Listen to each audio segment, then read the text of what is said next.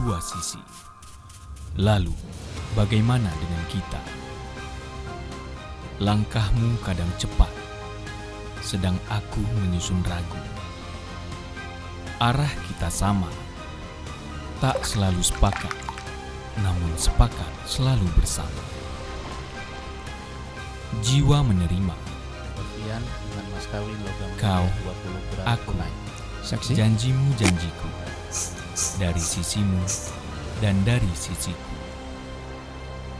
Di hadapan semesta dan dunia, yang hadir tak memaksa, memberi sejuk pada dua sisi yang ingin tumbuh.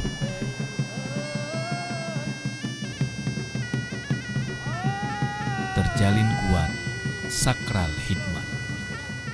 Bismillahirrahmanirrahim. Jadi menunjukkan di rumah ini ada Khusus keluarga besar Bimbang Gedang itu suatu prosesi adat yang dilakukan oleh masyarakat adat dan diakui secara turun-temurun. Bimbang Gedang ini adalah suatu perayaan pernikahan. Apa yang dikatakan Bimbang Gedang? Bimbang Gedang itu adalah suatu pesta. Menurut versi Bengkulu, bimbang artinya ragu, gedang besar. Jadi keraguan yang sangat besar dalam rangka untuk melaksanakan prosesi pesta perkawinan. Maka disebut itu bimbang gedang. Ya, jadi kalau dikategorikan di dalam budaya, boleh kita katakan bahwa itu pesta besar-besaran. Bimbang gedang ini menurut informasi yang saya dapat dari guru kami, guru-guru yang terdahulu itu, ini sudah dilakukan oleh masyarakat adat Bengkulu ini sejak mulai kolonial Belanda. Dulu bimbang gedang ini dilarang dilakukan sampai pagi, karena pada zaman penjajahan dulu ini bimbang gedang udah hadir di kota Bengkulu ini dan dalam rangka untuk merayakan pesta perkawinan.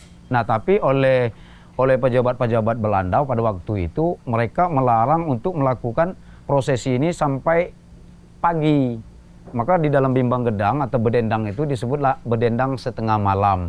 Pada waktu itu setiap jam 00 itu tidak boleh ada cahaya lampu. Kemudian oleh Rajo Pengulu pada waktu itu dipersingkat menjadi setengah malam. Dan sampai sekarang ini, sampai ke keturunan anak cucu mereka itu disebut bedendang setengah malam.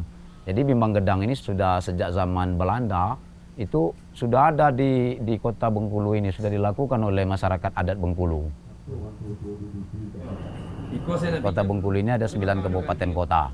Jadi masing-masing daerah, masing-masing tempat, baik di kota maupun di kabupaten, mereka sama-sama punya prosesi atau ritual bimbang gedang. Mungkin barangkali nama yang berbeda kan, tapi ritualnya sama. Mereka pegang tradisi itu kemudian diatur oleh adat istiadat setempat. Jadi ada beberapa kabupaten itu mempunyai adat istiadat bimbang gedang ini.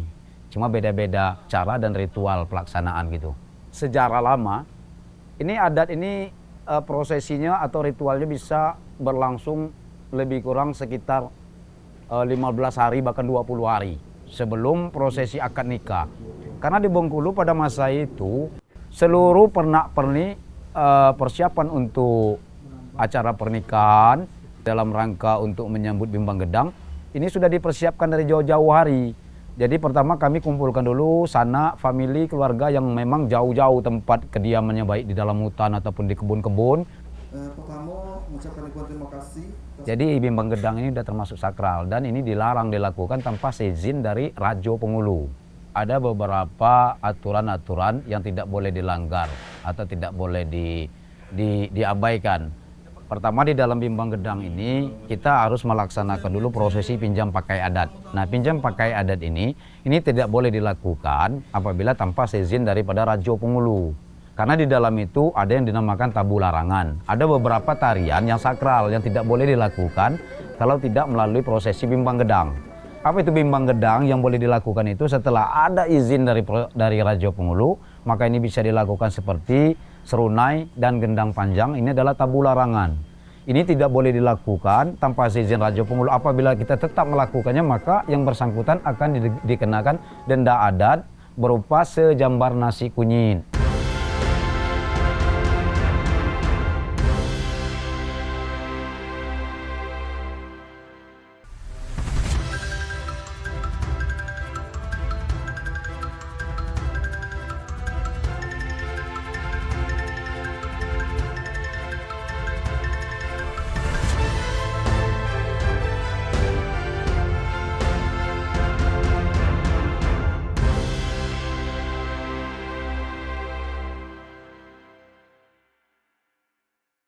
Jadi adat ini di Bengkulu ini ada dua versi. Pertama adat yang dipegang oleh Rajo Pengulu, yang kedua adat yang dipegang oleh Malim-Malim. Adat yang dipegang oleh Rajo Pengulu yaitu seperti bedendang, tarian-tarian. Adat yang dipegang oleh Malim-Malim yaitu seperti sarafal anam, akad nikah, kemudian tenjor, cukur rambut, buang rambut cemar, itu dipegang oleh adat yang dipegang oleh Malim-Malim. Tapi tetap dia berpedoman kepada satu pintu yaitu Rajo Pengulu. Karena yang pegang pakai Rajo Pengulu. Kalau dulu, jadi dari seluruh kebutuhan pengantin, dari dandanan, tatanan, tata rias, busana, itu semua diserahkan ke induk inang. Cuma kalau untuk zaman sekarang, sesuai dengan kemajuan teknologi, dengan kemajuan medsos, jadi dengan berbagai banyak pilihan, yang terjadi sekarang itu induk inang hanya akan menguruskan untuk prosesi adat. Jadi sudah tidak lagi memegang untuk urusan tata rias, tata busana, tetapi induk inang akan mengkomandokan. Prosesi pernikahan adat pengantin Bengkulu itu akan dimulai dengan prosesi inai curi, di mana pada inai curi yang pertama dilakukan, pengantin wanita, calon mempelai wanita itu akan dilarak menggunakan baju Bengkulu dengan sunting yang lengkap, singal, serta singalnya ditutup dengan selendang merah biasanya yang dilakukan. Jadi ketika dia memasuki bilik kelambu adat, di situ sudah disiapkan properti untuk inai curi, semisalnya inai yang sudah dalam kondisi sudah dibulat-bulatkan, yang ditempelkan pada kendi atau geleta, yang akan dipasangkan satu persatu oleh rekan-rekan, oleh keluarga, oleh ibu, oleh bibi yang akan melaksanakan inai curi. Sementara untuk kegiatan di luar, di penghujung atau di panggung, itu akan dilaksanakan dendang setengah malam. Jadi bapak-bapak berdendang, atau kalau untuk sekarang bisa digantikan dengan musik gambus, bisa digantikan dengan musik-musik tradisional yang lainnya. Karena kita juga mengikuti perkembangan zaman lah ya. Setelah inai curi, itu prosesi pada malam, besoknya akan diadakan kegiatan bedabung. Rangkaian pengantin bedabung itu juga disatukan dengan pengantin becukur. Jadi untuk pengantin becukur, itu properti yang harus disiapkan syarat bercukur. Syarat bercukur itu terdiri dari beras yang biasa diletakkan di talam, beras kurang lebih 1 liter atau 2 liter, terus ada kelapa, ada pisang emas, ada gula merah, gunting, cermin, sisir kecil, itu yang disiapkan di syarat bercukur. Jadi pelaksanaan cukur itu dilaksanakan oleh induk inang sebelum pengantin di make up untuk ke proses bedabung. Nah, pada saat bedabung, kostum yang dipakai ke pengantin adalah baju adat kurung dengan sunting sanggul sike. Jadi pada saat prosesi bedabung itu, pengantin akan melakukan sembah terhadap kedua orang tua, terhadap keluarga besar, nenek, makdang, pakdang, om, tante, saudara-saudara, semuanya itu dikumpulkan di depan bilik kelambu adat, memohon doa restu dan meminta maaf atas semua kesalahannya. Karena pada saat itu dia sudah akan menjelang melaksanakan akad nikah. Jadi merupakan titik pelepasan identitas dia dari seorang gadis untuk menjadi seorang istri dari lelaki pilihannya. Jadi setelah melakukan sembah, itu pengantin akan ditidurkan di depan kelambu adat dan melakukan pengikiran gigi. Pengikiran gigi itu dilakukan oleh induk inang. Jadi setelah melakukan pengikiran gigi, itu pengantin akan duduk di depan kelambu.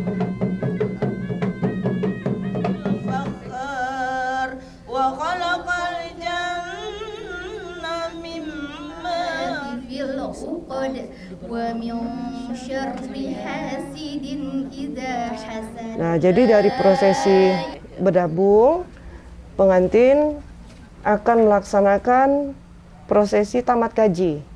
Di tamat kaji itu akan dipimpin oleh guru ngajinya, melakukan khatam Quran, pada saat prosesi tamat kaji, itu pun juga ditandakan dengan penyerahan 1 punjung nasi kunyit juga untuk guru ngaji sebagai tanda bahwa si anak ini sudah melakukan khatam Quran, tamat kaji. Jadi itu juga sebagai ungkapan terima kasihnya terhadap guru ngaji yang telah mengajarkan anaknya mengenal huruf-huruf Al-Quran, mengaji, memahami isi-isinya. Setelah selesai tamat kaji, persiapan pengantin untuk melakukan akad nikah. Jadi dari kostum yang berdabung tadi, itu melakukan penggantian kostum, memakai baju buludru belah depan dengan kain benang emas, kain songket benang emas, terus dengan singal penuh.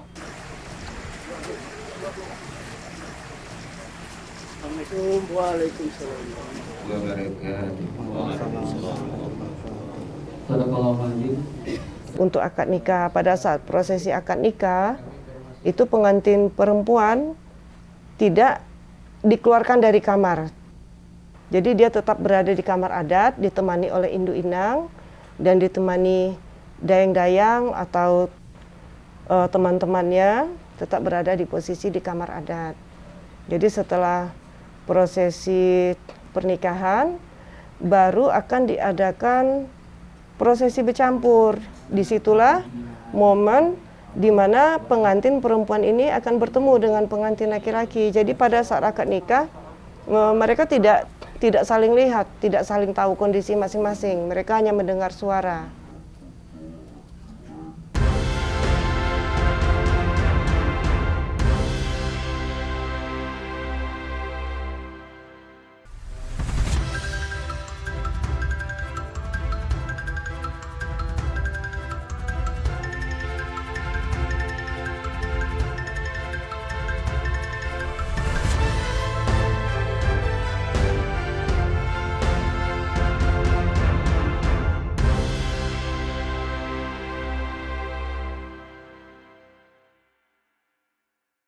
Setelah menyelesaikan akad nikah, itu mempelai laki-laki itu akan ditarik dari rumah dan dibawa ke rumah saudara yang tidak terlalu jauh dari lokasi.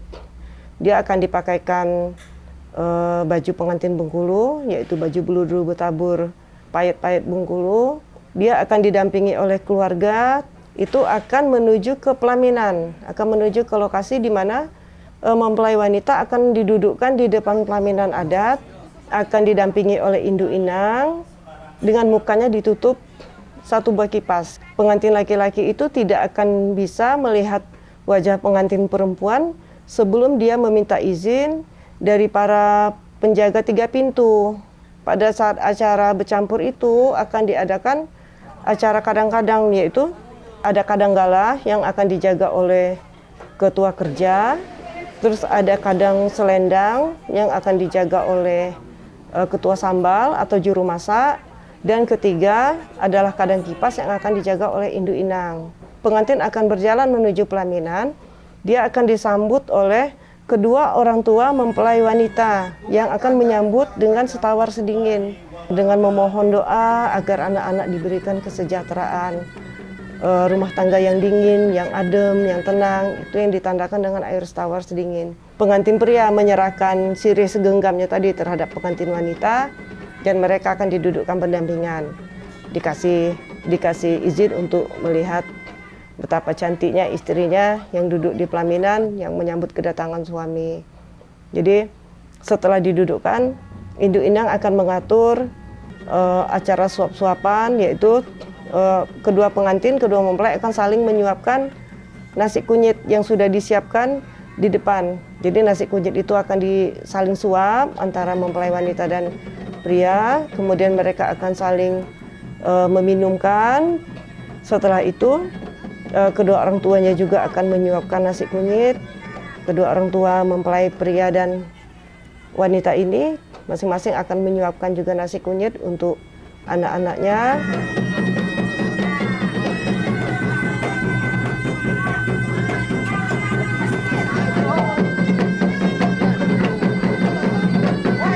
Dan terakhir itu adalah pembagian bendera, dan itu biasanya akan disambut antusias oleh para undangan.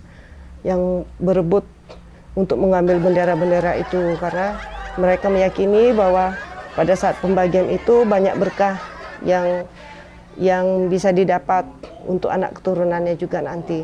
Mungkin yang belum dapat jodoh akan didoakan untuk segera berjodoh, yang belum punya anak mungkin akan segera mendapatkan keturunan.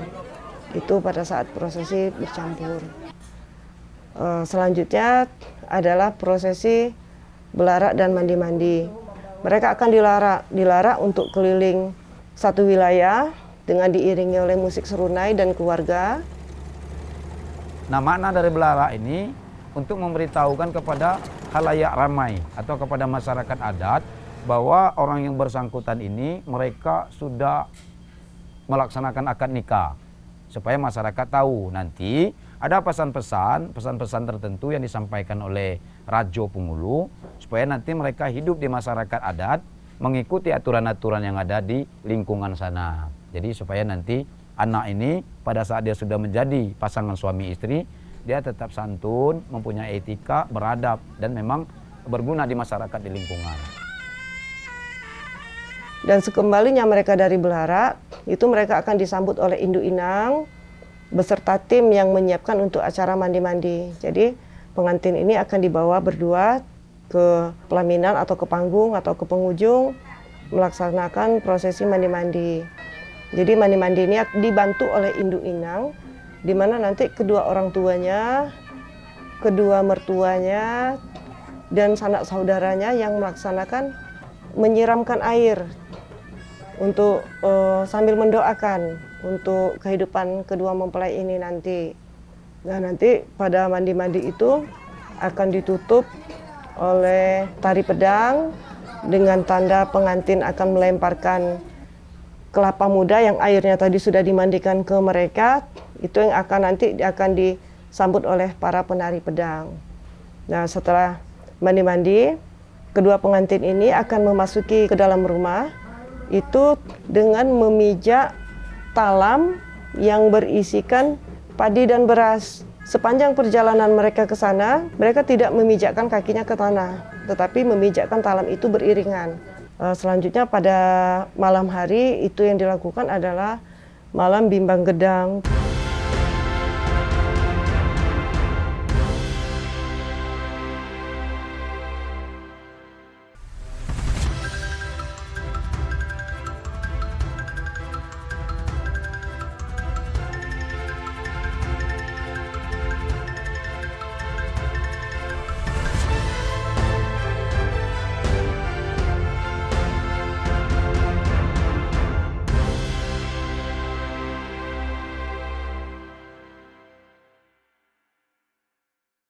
Puncak daripada acara bimbang gedang itu adalah bedendang.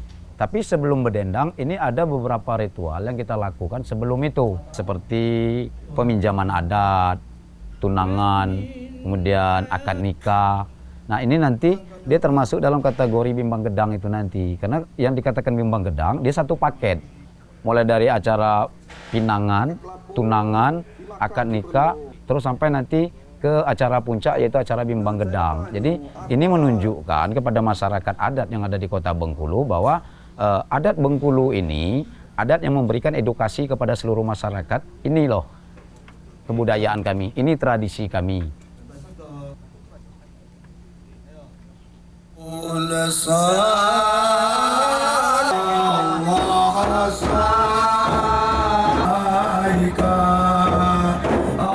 Kebiasaannya kadangkala disebut oleh mungkin orang-orang terdahulu, pakar-pakar adat terdahulu, mereka menyebut ini dalam satu bahasa namanya bimbang gedang. Padahal sebenarnya bedendang itu adalah syair, nyanyian.